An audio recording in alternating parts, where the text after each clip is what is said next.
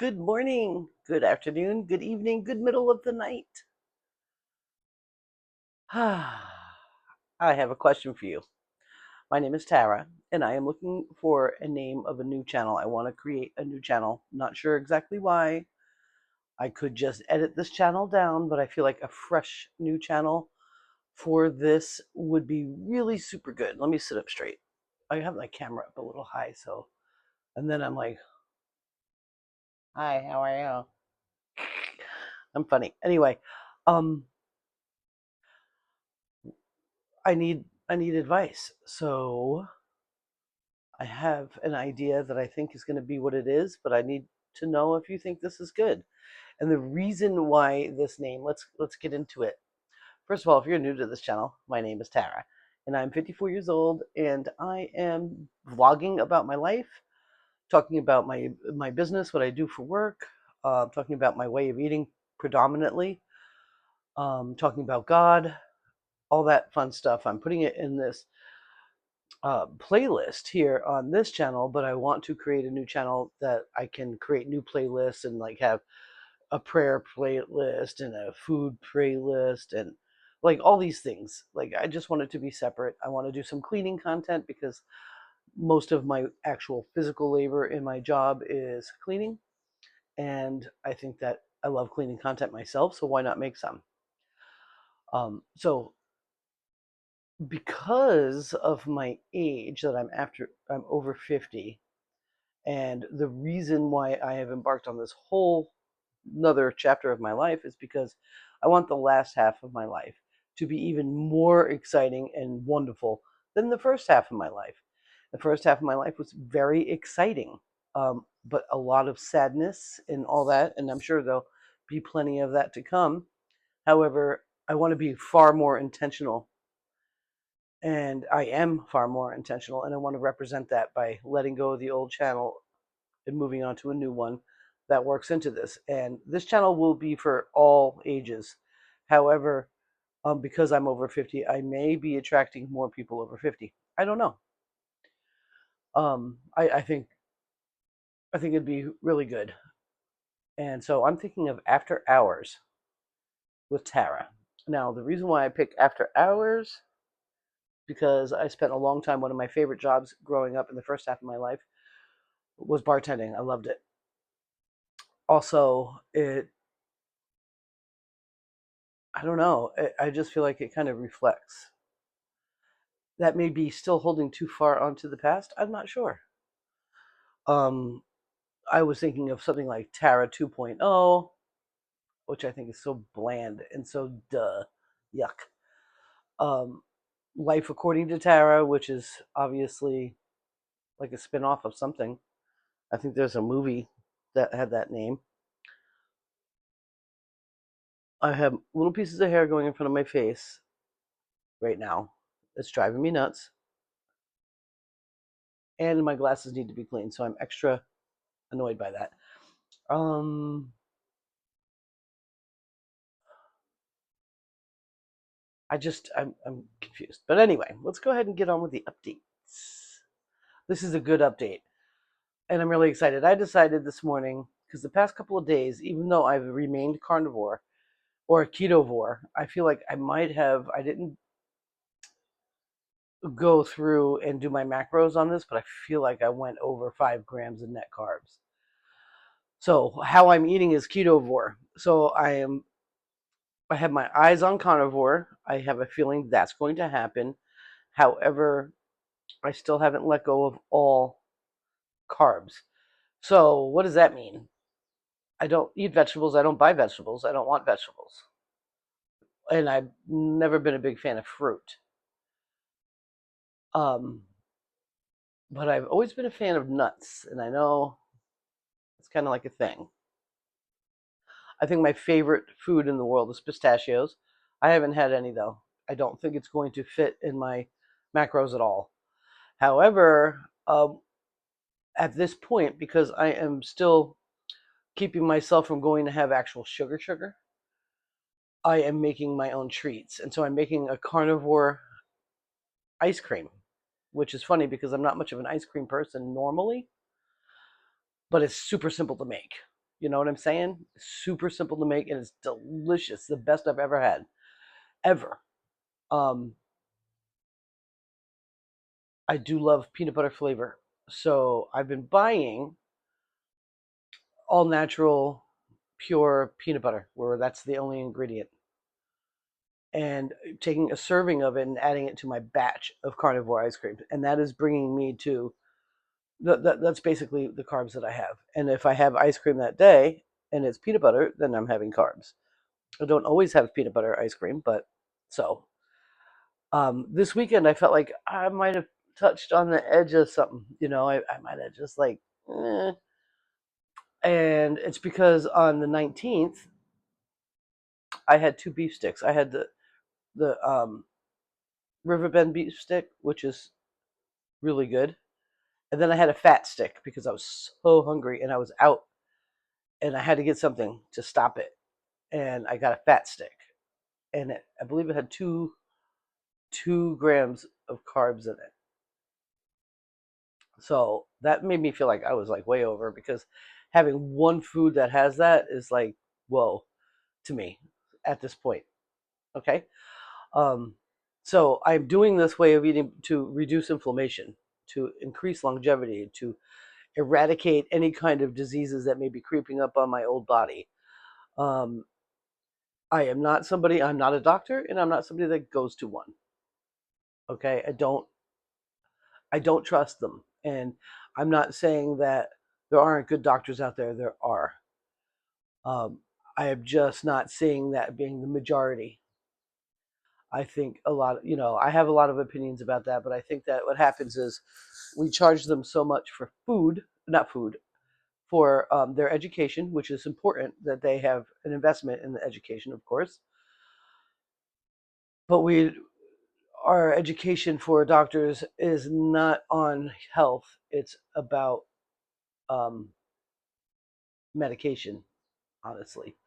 And I've seen it again and again and again. I used to work for a nephrologist, and 100% of their patients ended up in a dialysis unit. Nephrology works on kidneys. So if they were really, truly trying to help somebody not have to end up on dialysis, they would really, truly be doing what they could to help them not end up on dialysis. But 100% of them end up on dialysis. And guess what? Guess who owns the dialysis center? The nephrologists, the people that you go to when you first have the problem. That was a big eye opener to me. Plus, I worked there during the big scam that we all had to go through. And when the gene therapy was introduced, all the practitioners had to comply or lose their job. There were some young practitioners that were like, "What? No," and they did. They ended up doing it though anyway. I don't know how they're doing, but there was one particular doctor that worked at this nephrologist that was so amazing.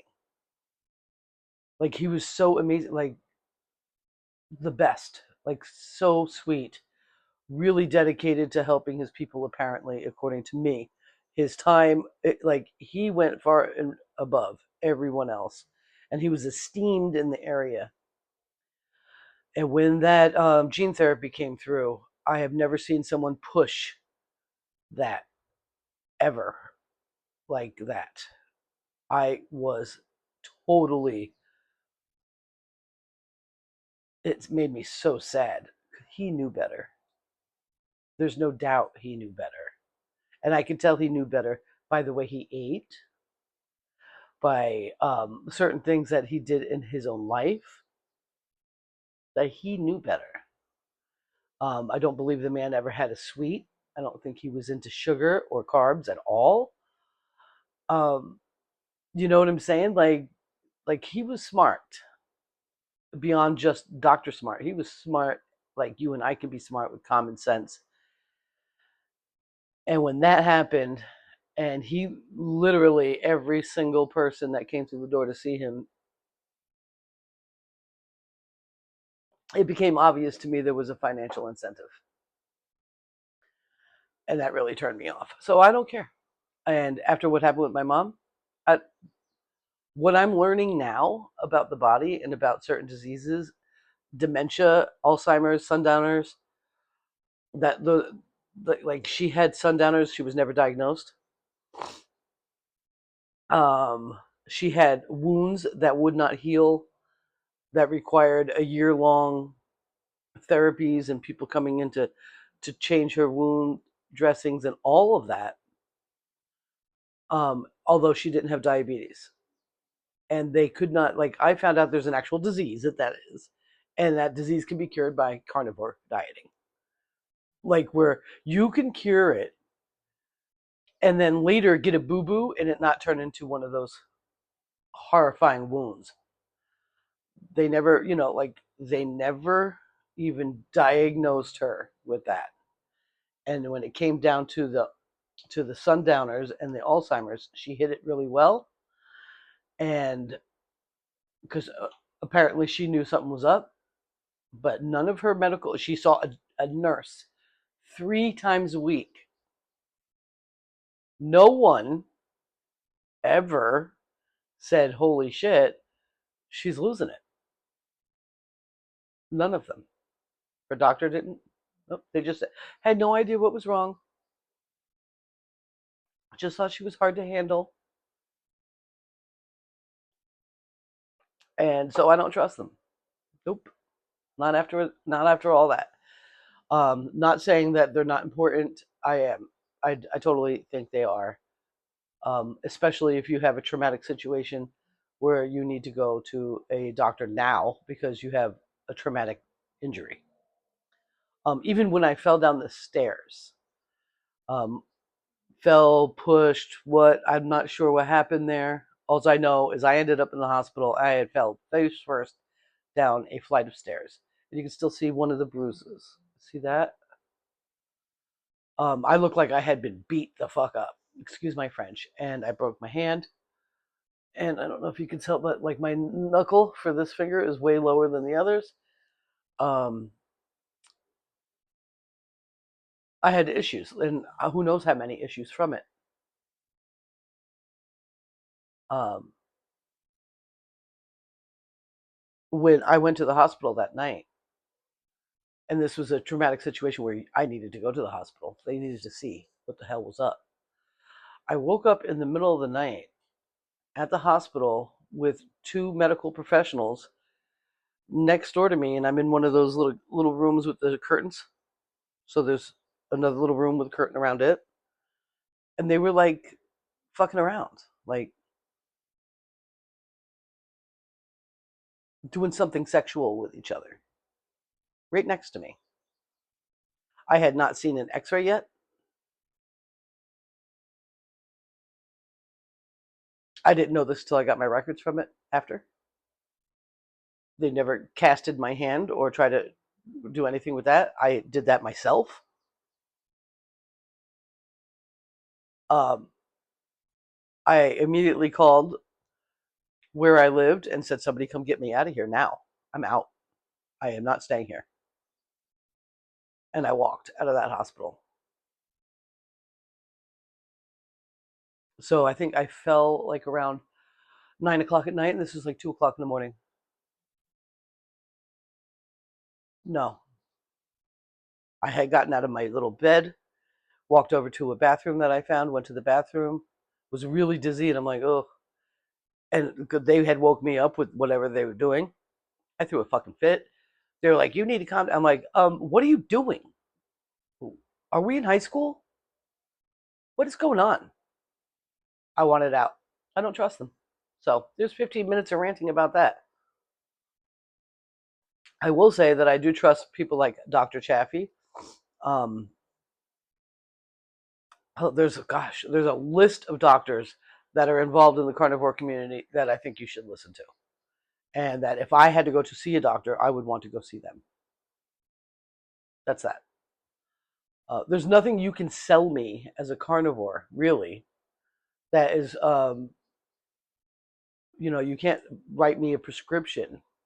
You can't, you could recommend electrolyte, but that's about it. I mean, carnivore diet eliminates the need And that's why a lot of doctors don't like it. So anyway, let's get on from there. So I thought this weekend that I maybe went over on my carbs more than normal.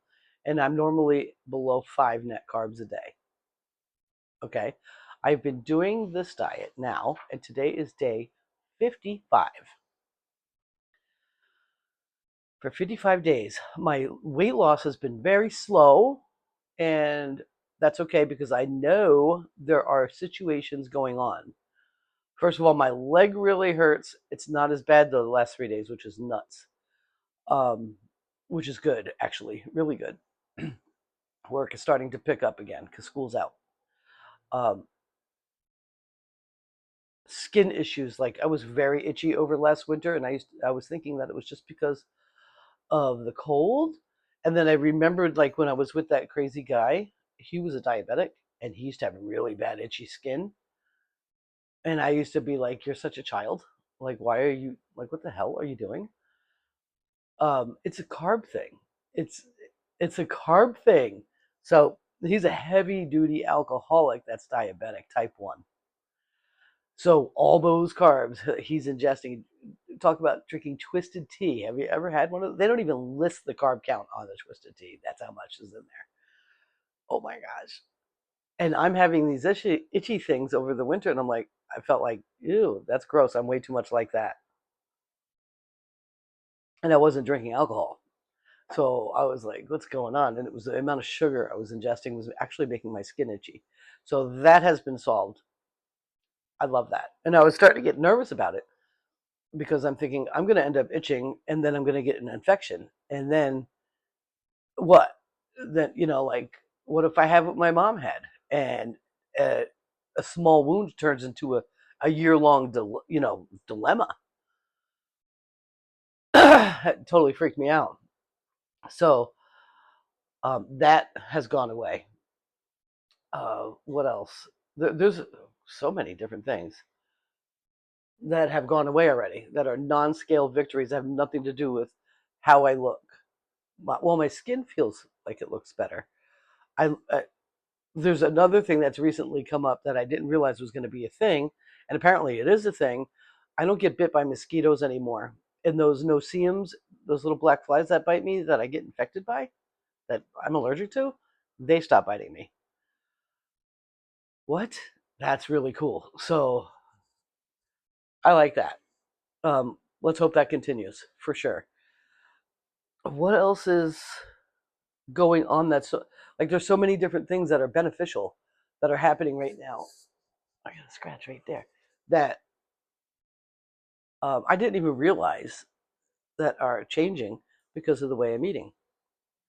So the weight loss thing, even though that's a goal, it's not the reason why. Um, yeah, I talk about itching and then I got a scratch in my back. That's okay. Um,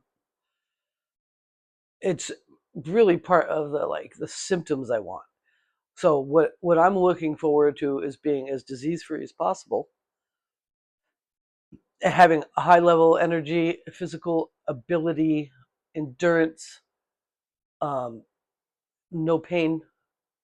I don't want physical pain. I do not want to take Advil at all, and I normally don't. But lately, in the past 6 months, I've had to take it pretty regular for my own. I don't like that. Um, I'm starting to learn more about fascia and how that's determining how my pain level is, and I'm starting to do. I have a fascia exercise, a morning exercise in my playlist that I do that and that works, and I can do that throughout the day when I'm starting to feel pain, and it reduces how much Advil I think I need. And I know that, like, I purposefully won't take it so that I can feel the pain, so I can be sure that it's actual pain, because your body will start to lie to you. It will start to lie to you and make you think you need it when you don't. So you've got to stretch it. You can't just take it every 4 hours. Okay, guys, you've got to stretch it. Um, so there's so many wonderful things that are happening. Some things are going slower than I want, but who cares? Too bad, so sad. Because everything takes its time, and your body will work on what's most important first, and you might not even know what that is. You might have some sort of thing going on in your body that you have no idea about that your body's working on fixing first. I'm pretty sure your body knows to go in order of importance. So my weight, me being on it at 200 at 55 days, and I started out at 260. But I'm not going to get mad about that, and I'm not going to be shameful about that, because like Kelly Hogan started at 262 as well, not two. She just was lucky enough that she had a real doctor that told her what she needed to do, and she did it, and she lost the weight. And she was in her 20s, so of course it was small easier. So I did eventually buy a scale. And when I realized, when was it? It wasn't long ago. On the 15th of this month, I was like, oh, holy moly, I got to 252. And I was like, holy shit, that's 8 pounds. Woot! Um, and that was 7 days ago. Well, the good news is I'm 250 now. So I lost 2 pounds in the last 7 days. And that's good. And I'm excited. So I'm just really happy about that, because that's where I thought I was when I first started, but I didn't have a scale. And then I weighed myself at a client's house. I was like, oh, that is the biggest I had ever been, was 260 pounds, ever. Never been that big in my life. Ever. And so my goal, according to my height and weight, according to my height, I should be anywhere from 120 to 135 pounds. That to me is really small, but we'll see. My body will stop when it's supposed to stop, and that's fine. I know that at my thinnest I've ever been in my adult life, I was 140 pounds, and I looked as if I was 120. Nobody would guess that I was 140 pounds at all. At 140 pounds, I looked skinny. So it could be the way my body works. But now that I'm older and I'm realizing a lot about fascia, that who knows how that's going to work. So I'm excited to get down to the proper weight, eating a proper human diet. That's what's up. And I want to talk about it in a new channel. I wanted to create a whole new channel. This channel has all sorts of stuff from, like, I've done a lot of multi-level marketing. I've done a lot of like coaching for small business owners. I've done a lot of affiliate marketing and all that fun stuff. And there's nothing wrong with it. It's part of, my life and who I am. And I appreciate all that. But it's not something that I want to really be, or have content on the same channel about it. I just, right now, I'm just not into it. It's just one of those things. So I even have an older channel that I opened up in 2009. So I've been at YouTube for a long time, and I've got podcasts on there. I've got fucking podcasts before that word was even invented. I was doing podcasts. I was doing it with a partner, and that situation went sideways, and so I stopped. And for some reason, he had contacts with people, so I could get some pretty heavy hitters. And so you can go check that out. It's interesting. Um, it's under the, it's my old channel. It doesn't have a profile picture, and it's under the playlist interviews. I think there's 4 to 5 podcasts on there. It's crazy. So I just want to separate it all. So I separated from that channel to this one you're on right now. I have a painting channel where I do artwork, and I want to keep that painting. And I started finding towards the last time that I was like, I don't mind painting and talking. That's fine, but I don't want to pull it off the painting too much. I think that channel is for painting. So I want to have this, and I'm thinking after hours with Tara, or Tara after hours, which is kind of funny. If you know me from my 20s, that's pretty funny. Oh my gosh, the life I have led, unbelievable, unbelievable. So, so I lost 2 pounds, and that's great. And the last time that I snuck weighed myself was on the 19th, and I still was 252. So I'm excited about that. I've also worked quite a bit this week, which is good. Um, I did have, I had Stella with me the other day, and that was good. Thank gosh. And I brought my daughter with me, and she works with me for yesterday's clean because I just didn't have it in me to do it all by myself. It's a long clean. And granted, even though we were two together, it still was a pretty long clean. Um, so there's that. And today I have my favorite Maple Mountain, and that's good. I'm happy about that. So yeah, that's what's up. That's what's up. The I've been eating steaks like crazy. I had two last night. I was hungry.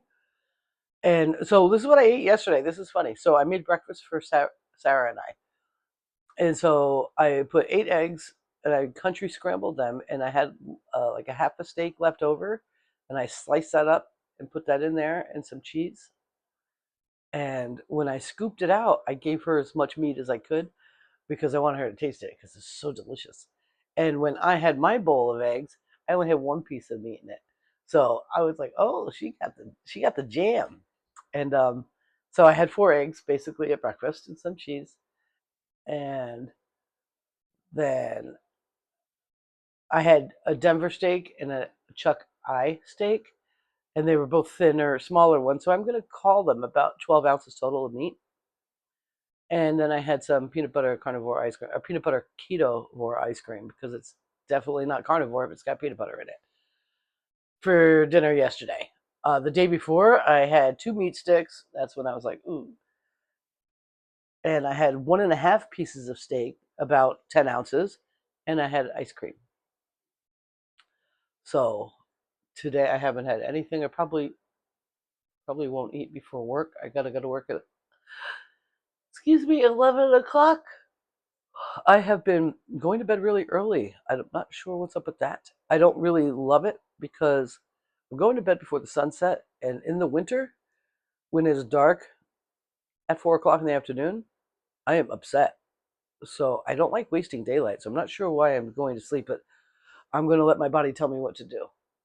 And if I want to lay down and it's 7 o'clock at night, what I do is I put it in my head, I'm going to take a nap. And if it's meant to be all night, I'll stay in bed. And that's what's happened. So last night I went to bed at 7:30, 8 o'clock. The night before was 6:30, and then tonight I'll probably be up until midnight. Like, I'm just listening to my body, doing what my body's telling me to do. I haven't gone to visit with that gentleman about, yet, about him needing a roommate and me wanting to have a more secure place to live. I was supposed to go Saturday, but he didn't get in touch with me. I don't. I'm nervous about it because I don't really want a roommate, you know. But what if the situation is really good and would be really good for me? I don't. I got to meet him. So, but he works until 4:30, and by the time I'm done with work, I'm usually home and cooking dinner by then. You know. So I think what I'll do is there are days where it goes that long that I'll just wait until I'm at that point and go ahead and go for that. But what else? I don't know. I think that's it. I think that's it for now. It's again a 30-minute long video, so I am going to sit on that. But I would really like. Oh, we got some business coming in. Got to check my calendar. It looks like I just got a booking, so it's good for me to do that. It's time for me to do that. And I love you all very much. I love you a long time, and maybe I'll come back tonight after I get home from work. I think that'd be a good idea. and I'll see you then. Bye.